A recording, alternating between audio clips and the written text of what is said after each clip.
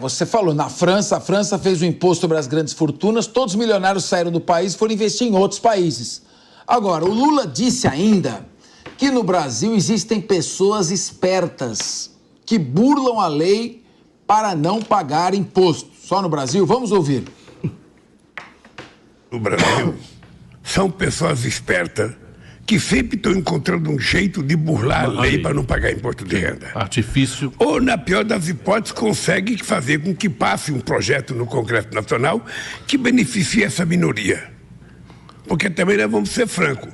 Os deputados e senadores eleitos, eles não são representantes, na sua maioria, do povo trabalhador. Eles são setores que vêm da classe média, que vêm de profissionais liberais, que muitos são fazendeiros, mas não se declara fazendeiro, se declara contador, se declara advogado, se declara médico, ou seja... Então, a maioria dos deputados são pessoas que pertencem a uma classe média alta, tá? E isso, sabe... Quando chega um projeto para votar, muitas vezes eles não votam a favor dos interesses da maioria do povo. Ele vota a favor dos interesses, sabe, daquela sociedade que ele vive no meio. E aí, ô Musa, concorda com isso aqui que o presidente falou? Meio agressiva essa frase, né? Isso é mentiroso contumaz. Isso aí, basicamente, é o seguinte, ele falou, pessoas encontram jeitos de não pagar impostos. Vamos lá. Ele falou no discurso dele que ele era pobre com 7 milhões e meio declarados, de Previdência. Previdência é um tipo de investimento que não vai para inventário e depois de 10 anos a tributação é de 10%. Fundos de investimento convencionais são 15% de imposto. Se ele adora tanto pagar imposto, por que ele vai para a Previdência para pagar menos imposto, então? Vamos ver se ele me responde. Suano, você responde para ele? O que você achou, Suano? Primeiro, mais um discurso demagógico. Vamos começar pelo assunto anterior e eu vou bater muito pesado. A OCDE também fala bobagem, ok? E ele pega as bobagens que a OCDE falou para tentar justificar algo que é inadmissível. Primeira coisa, não se deve tributar mais as grandes fortunas. O que você deve fazer é estimular a diversificação dos investimentos. Esse é o primeiro ponto. Ora, você simplesmente estimula para que o dinheiro continue e você possa aplicar em outros segmentos da economia. Você que tem dinheiro a mais, porque ele está demonizando o enriquecimento, está demonizando a possibilidade das pessoas com o seu trabalho. Não interessa se foi o trabalho do seu avô. Você tem o dever de preservar o patrimônio do seu avô e torná-lo maior. É isso que é o teu dever. Então ele está demonizando. Ponto 3, melhor dizendo. Não adianta ele vir falar dos offshores.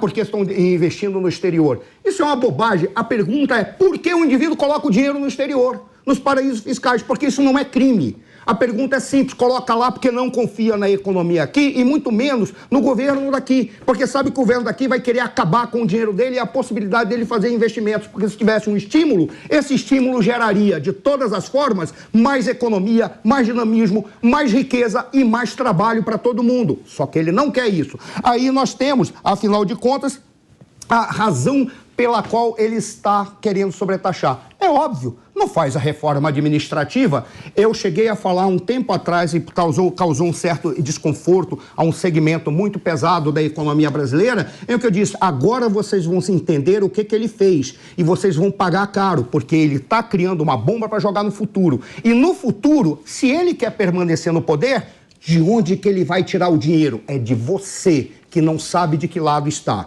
Agora, ele está já dizendo agora, eu vou pegar o dinheiro de vocês, porque eu preciso pagar a bomba que eu já estou colocando agora, que eu imaginei que ia estourar em 2026. Não, 2027, vai estourar é amanhã. Por isso eu já vou sobretaxar as grandes fortunas. Quer fazer uma coisa séria? Estimula os grandes empreendedores a produzir no Brasil, reduz o imposto, faz com que ele possa ter capacidade de dinamizar vários segmentos da economia. Vamos pegar o exemplo da Coreia do Sul. Como é que a Coreia do Sul? Todo mundo fala assim, comprei um Samsung. Samsung é telefone, Samsung é uma Chaebol. Sabe o que é uma Chaebol? Uma empresa familiar que atua em todos os segmentos da economia. Tem supermercados Samsung, tem pão Samsung, tem padaria Samsung, tem farmácia Samsung, tem remédio Samsung. Só que na Coreia do Sul chegou a haver 62 Chaebols.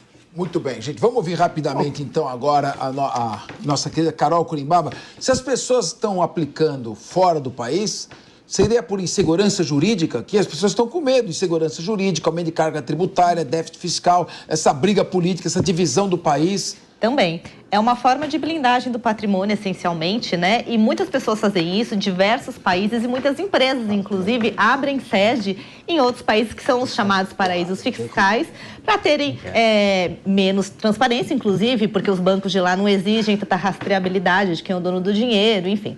Mas o que eu queria colocar, assim, para todo mundo entender o contexto no global, por que que Lula está fazendo esses movimentos? A gente falou aqui no início do programa, é um governo de estilo desenvolvimentista, que quer o desenvolvimento industrial do país, mas através da mão pesada do governo. Então é um governo gastão. Só que, para o mercado aceitar isso, aceitar um governo gastão, exigiu certa responsabilidade fiscal, que foi o que o governo tentou fazer ali no arcabouço, mas que o mercado não acredita hoje muito, não até acreditou no comecinho, agora não muito. Mas o arcabouço é para dar um norte de que ele vai ser relativamente responsável, especialmente com a dívida interna. Ou seja, o governo quer gastar muito, mas precisa mostrar certa responsabilidade fiscal. E aí, o que acontece? Ele acaba falando assim, mas para eu bater essas metas, o que eu faço? Eu posso ou aumentar minha dívida, o que ele não pode fazer, ou ele pode economizar, o que ele também não vai fazer, ou alocar seus recursos, ou ele pode tributar mais. Então... Carol, aí o que ele faz? Como você está falando, ele não fica inseguro de aplicar em fundos, porque vem a tributação. Isso. Aí ele vai falar assim, eu vou comprar terra para plantar, para fazer o agronegócio. Aí ele dá de cara com o quê? Com o MST.